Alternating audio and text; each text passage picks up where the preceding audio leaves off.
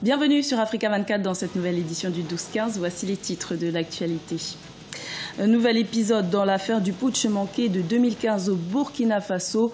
L'ex-ministre Djibril Bassolé sera poursuivi pour un seul et unique chef d'accusation, celui de trahison. La CEDEAO maintient son projet de monnaie unique mais repousse l'échéance. La 4e réunion de la Task Force présidentielle a relancé le débat sur l'avenir du franc CFA. Et les victimes des dommages causés par des agents de l'État entre 2010 et 2017 seront indemnisées en Côte d'Ivoire. L'État a été condamné à payer plus de 61 milliards de francs CFA. Nouveau rebondissement dans le procès de Djibril Bassolé. En juillet dernier, le juge d'instruction avait décidé d'abandonner près de 6 chefs d'accusation contre l'ex-ministre burkinabé dans l'affaire du putsch manqué de 2015.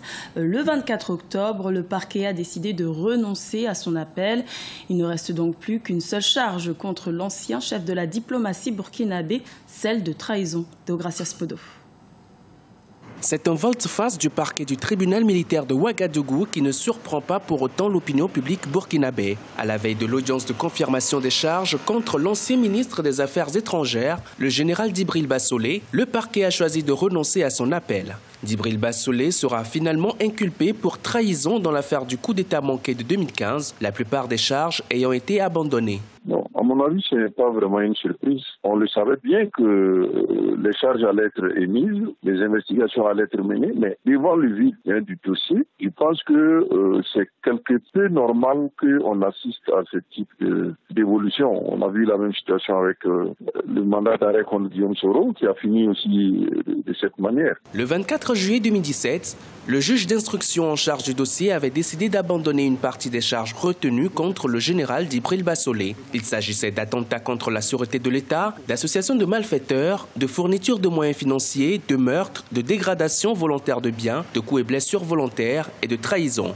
Le parquet du tribunal militaire avait ensuite décidé de s'y opposer avant de lâcher prise ce 24 octobre. De quoi réjouir dans le camp des soutiens de l'ancien chef de la diplomatie burkinabé. Avec lucidité. Le parquet militaire aujourd'hui est en train vraiment d'aborder les questions liées au général Bassolé. Mais ce que nous recherchons par-dessus tout, c'est un non-lieu dans cette histoire. Parce que victoire d'étape, hier, oui, on peut dire que pour nous, c'est une victoire d'étape au vu de l'acharnement qu'il y a eu et que la manière dont sa liberté provisoire même a été gérée par un arrêté ministériel qui est venu encadrer, on peut dire que c'est une petite victoire. Poursuivi par la justice militaire burkinabé pour trahison dans l'enquête sur le putsch raté de 2015, le général Djibril Bassolé avait bénéficié d'une liberté provisoire avant de se voir assigné en résidence surveillée sur requête du procureur militaire. Une décision qui d'un côté soulage ses partisans et sa famille, mais qui suscite le mécontentement de la société civile. Pierre Kangoudia a tranché entre l'UNC et le gouvernement. Le ministre du Budget de la République démocratique du Congo a décidé de rester dans l'équipe du Premier ministre. Bruno Tshibala, le délégué de l'UNC au sein du gouvernement, a décidé de tourner le dos à Vital Kamerhe. Le divorce est désormais consommé. Reportage de notre correspondant Jacques Mboka. Il ne démissionnera pas de l'exécutif, comme le lui recommande l'Union pour la nation congolaise de Vital Kamerhe, qu'il a mandaté dans le gouvernement dirigé par Bruno Tshibala, où il occupe le poste du ministre d'État en charge du budget. Devant la presse ce mardi 24 octobre 2017 à Kinshasa, Pierre Kangoudia, un bras droit de l'ex-président de l'Assemblée nationale Vital Kamerhe, a plutôt décidé de démissionner de son parti et garder son fauteuil au gouvernement. Cet empressement qui frise un acharnement sur ma personne, ma modeste personne, m'a fait voir la gravité de la décision à prendre en cas de ma démission. En guise d'illustration, comment peut-on justifier mon retrait seul, tout en laissant le représentant de mon parti continuer l'exercice de ses fonctions à la CENI? Dans ce contexte, je refuse, pour satisfaire les intérêts égoïstes et personnels de certaines personnes, de créer inutilement une crise au sein du gouvernement. Le bureau politique de l'UNC a pris la décision de se retirer du gouvernement le lundi 23 octobre 2017, estimant que l'application de l'accord de la Saint-Sylvestre est biaisée et ne permettra pas la tenue des élections en décembre 2017, comme stipulé dans l'accord. Compte tenu du fait qu'à ce jour, la CENI n'a toujours pas publié le calendrier électoral conforme à l'accord de la Saint-Sylvestre, après concertation avec le camarade Pierre Kangoudia Mbaye, la direction politique nationale de l'UNC décide le retrait du délégué de l'UNC du gouvernement en la personne de M. Pierre Kangoudia Mbaye, ministre d'État au budget. L'affaire Pierre Kangoudia et l'UNC remet sur la place publique la question relative au respect du mandat accordé à un délégué dans les institutions de l'État. Devra-t-il perdre son poste dès lors que le parti le lui demande, si la question est bien définie au Parlement, ou un député élu sous le label d'un parti garde son mandat même s'il est déchu du parti et le perd s'il démissionne de lui-même? Pour les autres institutions, un flou est entretenu. Une situation qui facilite, selon de nombreux observateurs, les dédoublements des partis politiques qui sont légion dans le pays. Également dans l'actualité, près d'une semaine après le Gabon, la Guinée équatoriale a décidé d'entériner la suppression des visas pour les ressortissants de la CEMAC, la Communauté économique et monétaire d'Afrique centrale. Les ressortissants des 5 autres pays membres de cet espace, à savoir le Cameroun, la Centrafrique, le Congo, le Gabon et le Tchad, pourront désormais entrer sans visa en Guinée équatoriale, comme le prévoyait l'accord sur la libre circulation signé en 2013. La monnaie unique au sein de la CEDEAO est toujours d'actualité, mais elle connaît un nouveau report.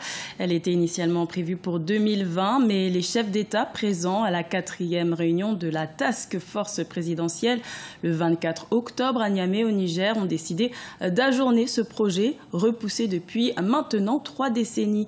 Reportage de notre correspondant Sadou Alizé Mokhtar. La création de la monnaie unique dans l'espace CEDEAO, Communauté économique des États de l'Afrique de l'Ouest, toujours d'actualité malgré la faiblesse des résultats récoltés dans sa mise en œuvre. Les chefs d'État membres du groupe de travail mis en place par la CEDEAO se sont réunis à Niamey afin d'examiner la feuille de route définissant les conditions de création de cette monnaie.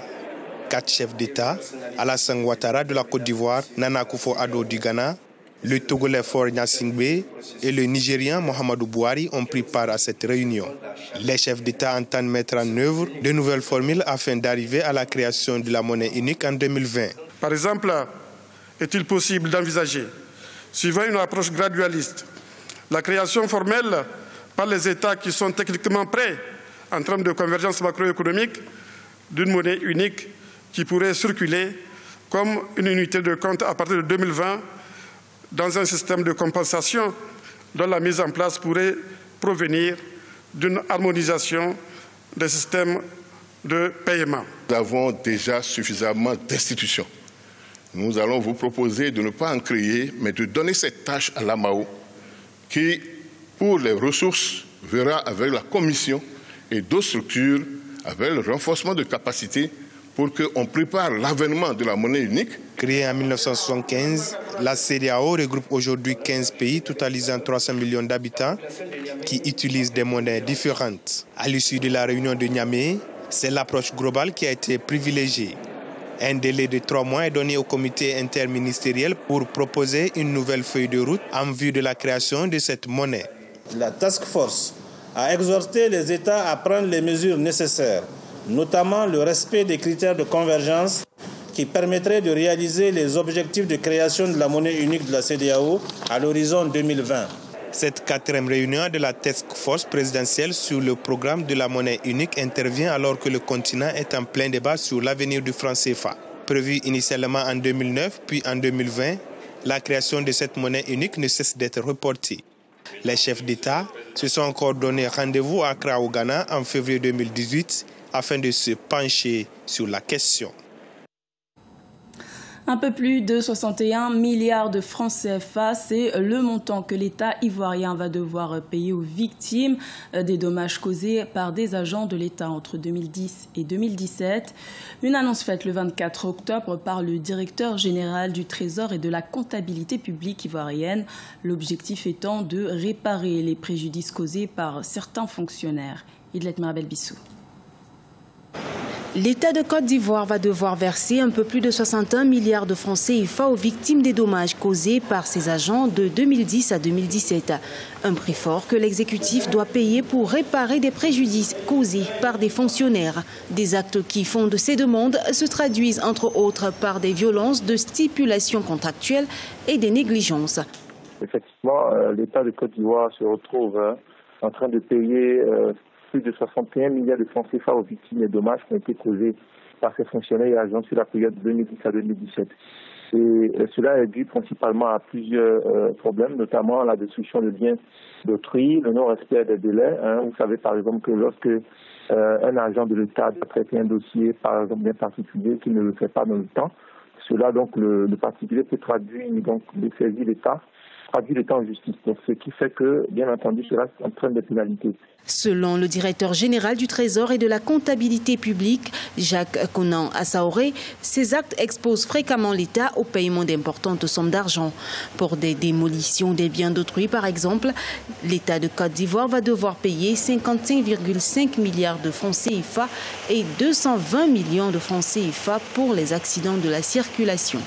La gravité de la situation incline à la sensibilisation des personnes par la faute desquelles l'État est constamment enclin au paiement de ces sommes excessives d'argent dont l'économie aurait servi à la réalisation d'importantes infrastructures tant économiques, sociales que culturelles. Entre 2010 et 2017, le non-respect des clauses contractuelles et des ruptures abusives de contrats ont coûté 179 millions de francs CFA à la Côte d'Ivoire. Des dépenses supplémentaires auxquelles le pays doit se soumettre pour régler les préjudices causés par des fonctionnaires. Ce journal a été réalisé par l'ensemble de la rédaction. Merci de votre fidélité. Retrouvez dans un instant une nouvelle édition de l'information sur Africa 24.